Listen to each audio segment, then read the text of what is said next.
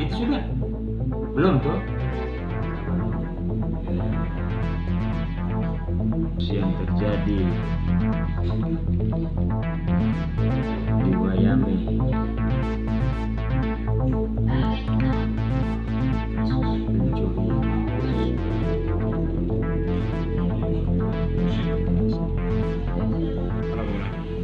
Oke, untuk kasus pencurian dengan kekerasan yang dilakukan oleh tersangka NLA di Wayami, Kecamatan Teluk Ambon.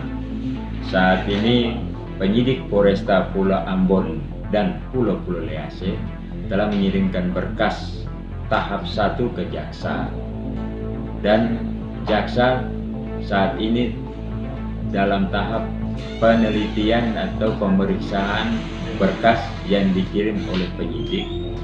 Apabila sudah oke, maka jaksa akan mengembalikan berkas tersebut dan akan dilanjutkan dengan tahap ini. Demikian. Saat ini Untuk kendala tidak ada.